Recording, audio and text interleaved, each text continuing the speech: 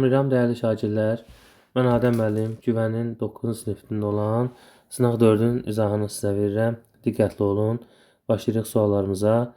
Deməli, burada deyir 4x 4 y qədəri 3-ə 4-ə 5-ə qalıqsız bölünürsə, x-in ala biləcəyi ən böyük qiyməti tapın. Deməli, dəyərli şagirdlər, burada 5-ə bölünmə işlənmişsə, mütləq sonu, yəni y bərabərdir ya 0 olmalıdır, ya 5 olmalıdır. 4-ə bölünmə iştirak edibsə 4y yazılan ifadə yazıldığı ardıcılığa 4-ə bölünməlidir. Yəni bura bir sonunda alınır. Baxın 4x bir 40 alına bilər. 4x bir də 45 alına bilər. Deməli mən 4-ə bölünmə, həm 5-ə bölünmə əlamətlərinə baxan zaman görürəm ki, burada 40 var. Deməli bu 4-ə həm də 5-ə bölünəcək. İndi bizə maraqlı olan qism hansıdır ki, 4x 4 bir də 0. Bu 4 rəqəmli ədəd indi 3-ə bölünməsi üçün x-in ala biləcəyi ən böyük qiyməti soruşur bizdən. Bu tipli ifadələrdə bölünmə əlamətlərini sübut şəkildə bilməlisiniz. Deməli, indi 3-ə bölünmə əlamətində isə rəqəmlərin cəmi. Burada nə var? 8 plus x var. 8 plus x ifadəsində x rəqəmdir. Yadınızda hər zaman saxlayın. X rəqəmdir. Yəni 8-in üzərinə 7 rəqəm əlavə etməliyik ki, yəni ən böyük olaraq 7-ni əlavə etməliyəm ki, həmin rəqəmlərin cəmi 3-ə bölünən olsun. Yəni x bərabərdir olacaq 7-yə. X bərabər 7. Yəni 8 topla 7 cəm verəcək 15 və 15 3-ə bölünəcək. Deməli, x-in yerində x bərabərdir 7 qoyduq biz yerinə, y-in yerinə isə 0 qoyduq. Yəni x-in ala biləcəyi ən böyük qiymət soruşur bizdən, ona görə də 7-ni götürməyimiz kifayətdir. İkinci sual. Düzbucaqlı trapesiyanın 3 daxili bucağı 4, 5, 6 nisbətində olarsa kör bucağını tapın. Düzbucaqlı trapesiya, düzbucaqlı bir dənə trapesiyamızı çəkirik və bizdən nəyi soruşur? Bizdən soruşur ki, 3 daxili bucağı 4, 5, 6 nisbətində olarsa kör bucağını tapın. Yəni kör bucaq x-dir. Bax, kör bucaq x-dir. 4, 5, 6 nisbətindədirsə, mən həmin bucağı ya 4-lərlə, deməli, bizim 2 dənə düz bucağımız var da. Bax, belə düz bucağımız var. Burada 4-lə 5-nin adını ifadə etməliyəm bu həmin bucağı. Burada isə biz uyğunluqla 4, 5, 6 ilə bölməliyəm. Yəni, bura olsun 4k, bura olsun 5k, bura olsun isə 6k olsun. 5k-dırsa digər düz bucaqda 5k olacaq artıq. Deməli, ümumi bucaqlar 5, 5, 10, 16, 20k. 20k bərabərdir 360 olanda k-mız edir 18. Bizdən deyir ki, kör bucağını tapın. Kör bucağı da 6k-dır. 6-nı 18-ə vurub tapacağıq ki, 108. Deməli, bizim kör bucağımız 108 dərəcədir. Növbəti sualımız çoxluğa aid sualdır. A və B çoxluqları verilib. Bu anda isə A ilə B-nin birləşməsi və B-nin kəsişməsi. Bu iki ifadənin fərqini soruşur bizdən. A ilə B-nin birləşməsi, baxın, 1, 2, 3, 4, 5, 6, 7, 4, 5, 6, 7, bir dənə 8 çatmır. Yəni A ilə B-nin birləşməsində 1, 2, 3, 4, 5, 6, 7, 8 və A ilə B-nin kəsişməsində var 4, baxın 4, 5, 6, 7, 4, 5, 6, 7, 4, 5, 6, 7 var və bunların indi fərqin. A birləşmədən kəsmənin fərqini çıxanda eyni olan ifadələri artıq buradan siləcəyik. Bax, 4-lər var, 5-lər, 6-lar, 7-lər. Yəni, siləcəyik deyəndə, yəni, birləşmədə, kəsmədə olanları birləşmədən çıxardıb atacaq. Nə qalacaq? 1, 2, 3 və 8 qalacaq. Bax, bu fərq elementlərində. N isə sayı bildirdiyinə görə artıq burada 4 dənə elementimiz var. Y variantı. Üçüncü sual. Kvadrat əlin köşkləri hasilini tapın. Köşklər cəmi, köşklər hasil deyən zaman biz artıq Viet teoremindən istifadə etməliyik. Viet teoremində isə baba bu 3 ki var ha, kvadrat əlliyin əmsalı 1 olmalıdır. Ona görə biz surət və məxrəcini üzr istəyirəm. Biz bütün əmsalları 3-ə bölməliyik. Yəni olacaq x kvadratı minus 4 bərabər 0. Köçləri hasil də buradakı sərbəst səthdə olduğu kimi bərabərdir. Deməli 4-də D variantı doğrudur. Keçək 5-ci suala. X-i tapın. Bax burada belə bir ifadə yaza bilərik. A ilə B bir-birinə paralel verib. Biz də həmin bu 150 dərəcədən A-ya B-yə paralel çəksək, baba 150 dərəcədən biz A-ya B-yə paralel çəksək, bax bu formada olacaq. Və uyğun bucaqlar bərabər olmasına görə, tam ki bura alfadır, burada alfadır. Bura betadır, burada betadır. Yəni bu ortada qalan bucaq kənarda qalan bucaqların cəminə bərabər. Onsuz da burada bax alfa ilə beta. Bu iki bucağı toplasam 150 dərəcə olacaq da. Ona görə də bu kənarda qalan bucaqlar ki var, onlar toplasam bu ortada qalan bucağa bərabər olacaq. Yəni 7x plus 6x plus 20 bərabər 150 tənliyi hesablayaq. 13x bərabər 150-dən 20 çıxanda qalacaq 130. X-a bərabər olacaq 10 dərəcə. Və salam. Doğru cavabımız A variantı olacaq. 6. Tərəfləri 3, 4 nisbətində olan düzbucaqlının diaqonalı 15-dir. Baba yazaq, bax belə. Tərəfləri 3 və 4 deyəndə 3K eni, 4K uzunluğu və Pifagor teoreminə əsasən isə 3, 4 Pifagor ədədləri olduğuna görə 5K-da hipotenuzu eləyəcək bunun. Yəni düzbucaqlı üçbucağa əsasən diaqonal 15-dirsə, yəni 5K bərabərdir 15 olanda K da bərabər olacaq nəyə? 3-ə. K üstdürsə perimetrini soruşur. Perimetri 2 vurulsun 3K ilə 4K-nın cəminə. 7K-nı 2-yə vuranda 14K. Məhz biz 14-ü 3-ə vursaq 42 alacağıq. Perimetri artıq 42-yə bərabərdir. Növbəti sual. Bir daxili bucağı 160 olan düzgün çoxbucağın daxili bucaqların cəmini tapın. Uşaqlar, deməli daxili bucaqların cəmini tapmaqda ən maraqlısı daxili bucağı 160-dırsa, xarici bucağı isə 20 dərəcədir. Bir daxili bucaqla bir xarici bucağın cəmi 20 dərəcədir. 180 dərəcədir. Daxili bucaq 160 olduğu üçün 180 tamamlamaq üçün 20 dərəcə olur bizim xarici bucağımız. Və indi xarici bucaq 20 oldu. Gəl bunun tərəflərinin sayını tapaq. 360-ı bölə 20-yə olsun 18 dənə oldu bizim tərəfimiz. Daxili bucaqların cəmi də 180 dərəcə n-2 düsturuna hesablandığına görə 180 dərəcə 18 minus 2. Yəni 180 dərəcəni biz vuracağıq neçəyə? 16-ya. Gəl vuraq. 18-i 16-ya vuraq. 6 8-in 48, 6 1-in 6, 10, 1 8-in 8, bu da 1. Oldu 288, 0-da əlavə eləsək bura 2880 dərəcə edəcək bizim cavabımız. Növbəti sualımız 8. K-nın hansı qiymətində bu tənlər sistemin sonsuz sayda həlli var? Bütün əmsallar bir-birlərinə bərabər olmalıdır. Yəni 2 bölünsün, bax yazırıq, 2 bölünsün mənfi 5, K bölünsün 3, mənfi 6 bölünsün 15.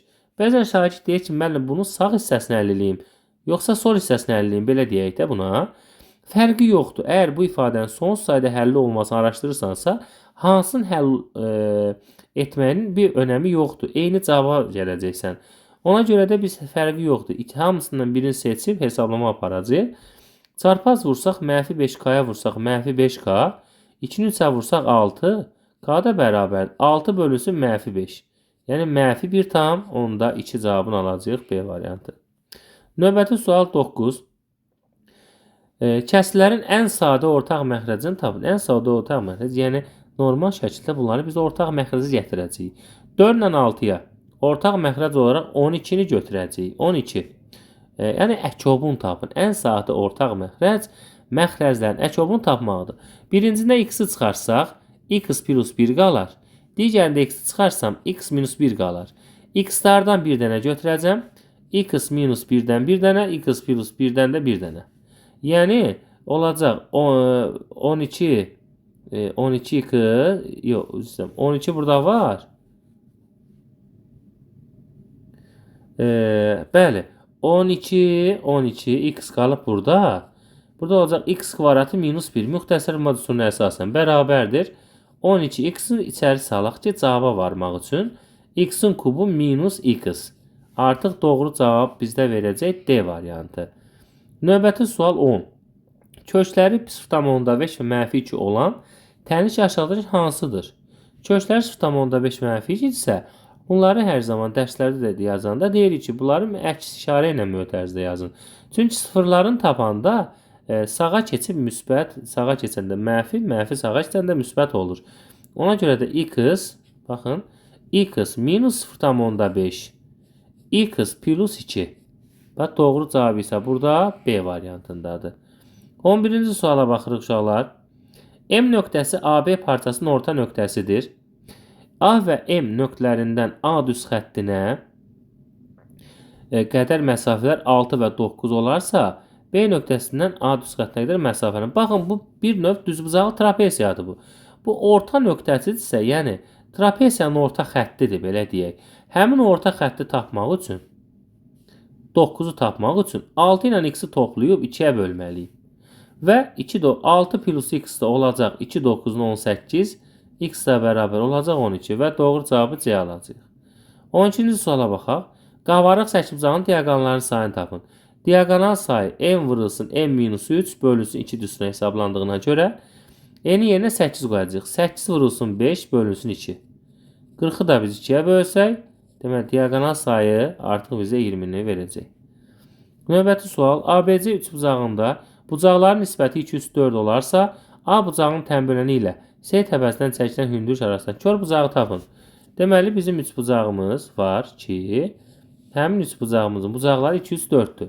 Yəni 180-i biz böləcəyik 2/4-ün cəminə.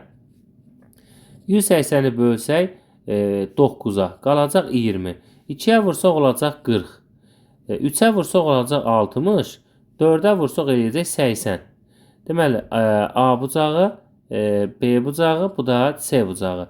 A bucağının tənböləni, gəlin A bucağının tənböləni çəkək. Tənböləni çəkəndə bucağı 20-20 olaraq böldü. Sonra C təpəsindən çəkilən hündürlüyü çəkmişəm. Və bizə deyir ki, burada kör bucağı tapın. Yəni, buradakı bucağı tapın. Buradakı bucağımız 20-dir. Bu balaca düz bucaqlı 3 bucaq ki var. İti bucaqlarının cəmi 190 olduğuna görə 20 isə digər bucaq olacaq 70. Artıq burada 70-in qonşusu 110-a bərabərdir və alınan kör bucaq məhz 110 dərəcəyə bərabər olacaq. Növbəti 14-cü suala baxırıq.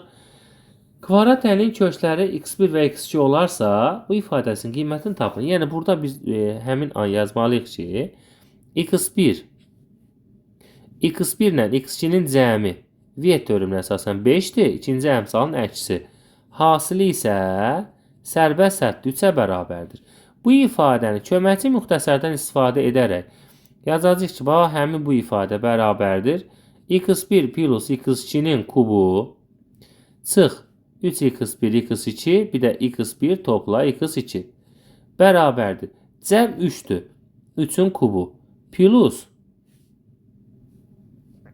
3 vurulsun, üzr istəyirəm, cəm 5-dir. 5-in kubu çıxılsın 3 vurulsun 3 vurulsun 5.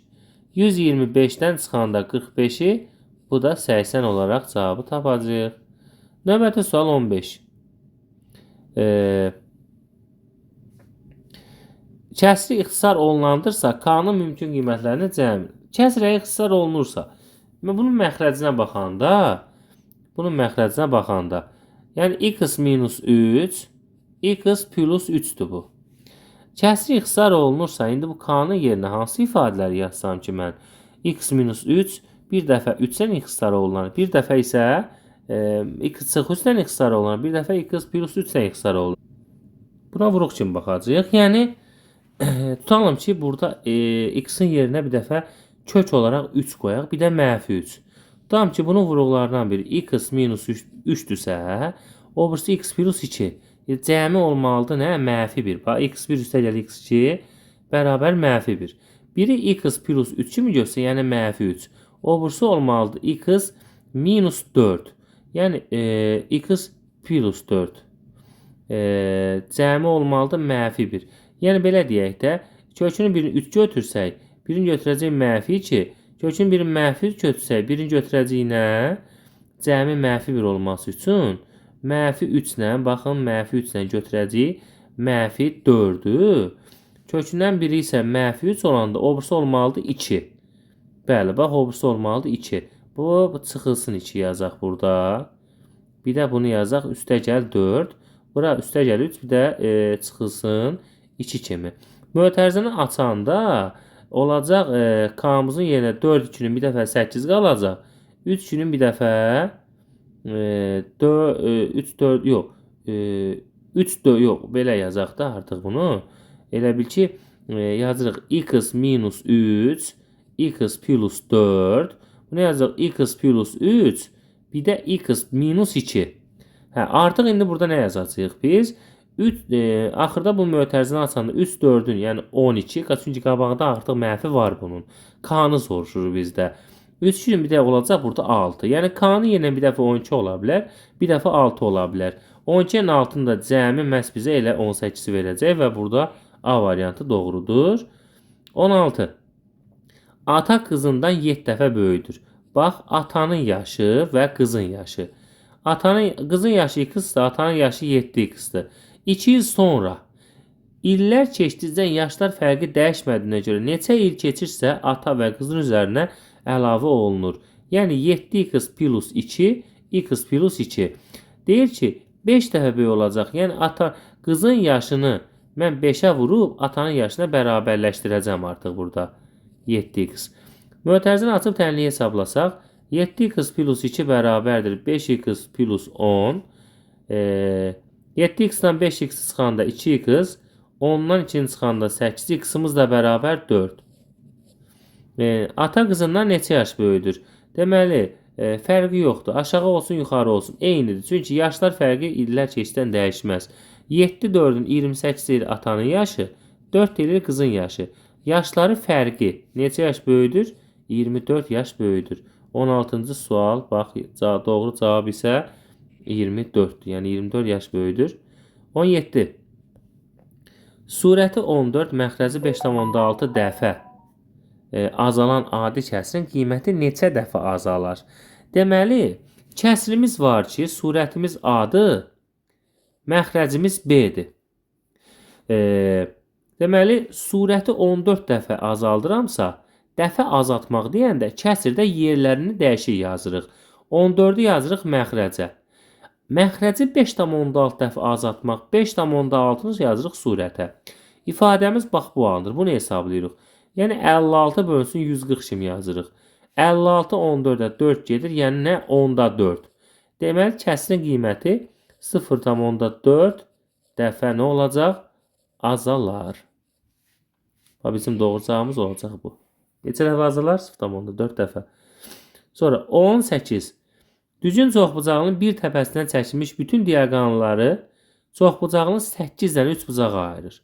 Bax, bunu artıq n-2 ilə ifadə eləyəcək uşaqlar. İndi göstərəcəm. n-2 bərabər 8, n bərabər 10. Yəni, bunun 10 dənə tərəfi var imiş. Bu çoxbucağının bir xarici bucağı 360-ını da 10-a bölüb tapacağıq 36 dərəcə. Yəni, belə deyək də uşaqlar. Məsələn, burada müəyyən bir 6 bucaqlı götürək məsəl üçün.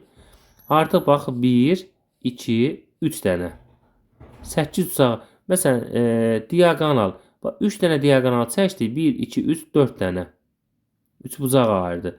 Bax bütün diaqonalları, bütün diaqonalları çox bucağını 8 bucağa ayırır. Bir dəqiqə bunu diqqətli şəkildə baxın. Bəli, eyni şəkildə yəni n-2 ilə bir təpəsindən deyirsə minus n-2-dən n-2-dən istifadə edin. Yəni bir təpəsindən çəkilən diaqonalları onu n-2 sayda 3 bucağa ayırır. N tərəf sayıdır. N tərəflərin sayı olacaq. 19. Kənar həllərin nisbəti 3 olan tənasibin orta həllərin hansı 75-dir? Bax, belə yazırıq. A bölünsün B bərabərdir C bölünsün D. Kənar həllərin nisbəti 3-dür. Yəni A bölünsün D bərabər 3-dür. Orta həllərin hansı 75-dir? B, C bərabərdir 75-dir. Kənar həllərin cəminin müsbət qiymətini tapın. Artıq bir də B vurulsun C 75 isə, deməli A ilə də D-nin hasili yenə də 75 tənasübün xassəsinə görə. Burada A bərabərdir 3D-dir. Yerinə qoysam 3D-ni D-yə vursam 3D kvadratı 75 olarsa D kvadratı bərabər 25, D də bərabər nəyə? 5-ə. Müsbət mənfi 5-dir. Gəlin həllərinin cəminin müsbət qiyməti. Müsbət qiymət deyəndə artıq D-ni bərabər 5 götürəcəyik. D 5-dirsə A da bərabəri 3D-dir. 3-ü 5-ə vuranda 15. Artıq müsbət qiymət deyirsə müsbətləri götürəcəyik burada. Biri 15-dir, biri də isə 5-dir. Cəm artıq neçə elədi? 20 qiymətini aldı. 20. Diaqonalı 8 sm olan düzbucaqlının tərəflərin orta nöqtələrini birləşdirməklə alınan dördbucaqlının perimetri. Bax, düzbucaqlı. Fikir verin diqqətlə. Diaqonalı 8-dir. Tərəflərin orta nöqtəsini birləşdirəndə diaqonalları bərabər olduğuna görə artıq burada bir parallelogram əmələ gəlir. Daha parallelogram da düzbucaqlıda burada artıq romb əmələ gələcək. Çünki diaqonalı 8-də tərəf 4 4-dür. Digər diaqonal da ona bərabər olduğuna görə yenə digər tərəflər yenə 4 4-dür. Artıq burada bir romb əmələ gəlir. Daha doğrusu bu bir parallelogram. Dördbucaqlının tərəflərinin orta nöqtəsini birləşdirməklə parallelogram əmələ gəlir. Romb da özü bir paralleloqramdır. Yəni P bərabərdir. Bütün tərəfləri bərabər olan paralleloqrama romb deyirik artıq. 4 dənə tərəfi 4 olan fiqur var. Perimetri isə 16 sm-dir. 21. Kök adlı 56 ədədindən böyük olan ən kiçik tam ədəd tapın. Yəni böyük olan ən kiçik tam ədəd. Yəni 56-dan sonra kökdən çıxan bizim 64 ifadəmiz var. Artıq bu da tam ədədimiz 8-ə bərabərdir. 22. Ədədi ortası 60 olan 3 ədəddən birincisi 45-ə bərabərdir. 45. İkincisi ədəd 60% çoxdur. Yəni 45 üstə gəl. 45-in 60%-ni tapırıq. Sıfırlar gedir. 5-ə ixtisarləsə 2 və 9. 6-nı 2-yə 3. 9 elədi 27. Yəni 45-dir. Digəri bundan çoxdur. Yəni 60-la dəqiqə. Yəni 45 27 çoxdursa, bu da elədi 72. O birisi ədəd oldu 72. Üçüncü ədəddə bir dənə x-dir. Ədədi ortası 60-dırsa, bu da elədi 60. 45 72. 117 üstəgəl x bərabərdir 63 vuranda 180. X 180-dan da 117-ni çıxanda qalır 63 dərəcə. Cavabımız artıq 63 dərəcə eləyir. Sonra keçək 23-cü suala. Düzbucaqlı üçbucağın katetlərinə çəkilən medianları 18 və 4,11 cm olarsa, hipotenuzun çəkilən medianı tapın. Tapaq. Belə bir üçbucağını çəkək əvvəl. Bu bizim düzbucaqlı üçbucağımız. Deməli, katetlərinə çəkilən median bax, biri 18-dir. Digəri isə 4,11-dir. Hipotenuzun çəkilən median isə hipotenuzun yarısıdır. Burada belə bir iş görək. Deməli, bu düzbucaqlı üçbucaqdır həmin bu ifadəmiz. Yazaq bunlara. Deməli, birinə yazaq median 18 isə yazırıq bura. Elə bil, bu 18-dir. Bura 4,11-dir. Median tərəflərinin düz ortasına çəkilir. Bura A-dır, A-dır. Bura məsələn B-dir və burada B-dir.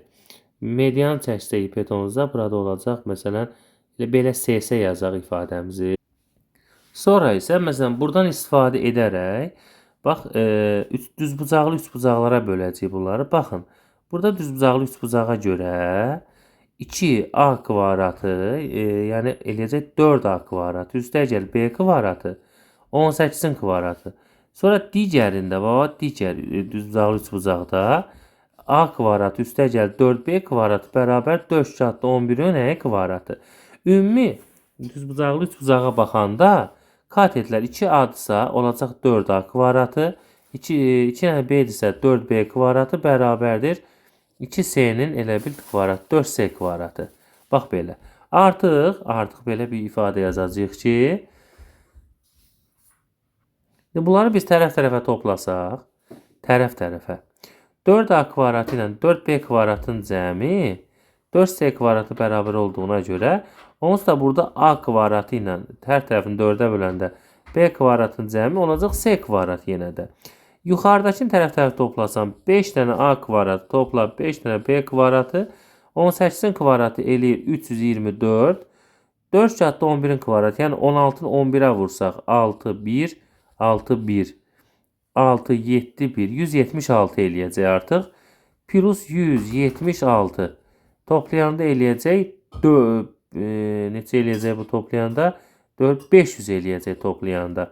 Deməli, a kvadratı ilə də b kvadratın cəmi hər tərəfin 5'ə böləndə 100'ə bərabər olduğu üçün c kvadratı bərabər olacaq 10'a, c də bərabər 10.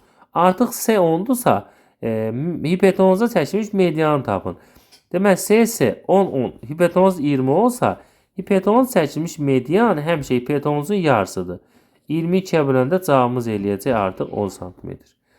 Sonra 24'ə baxaq. AB toxunandır, AD kəsəndir. AC 4-dürsə yazırıq bura belə 4K qoyuruq. CD 9-dursa bura yazırıq 9K qoyuruq. CD'dən AC-ni çıxanda 10 qalır. Yəni 9K'dan 4K'nı çıxanda 10 qalırsa 5K bərabər 10, K bərabər 2. K 2 isə bir tərəfi 8, bir tərəfi 18 olur. AB-ni tap X.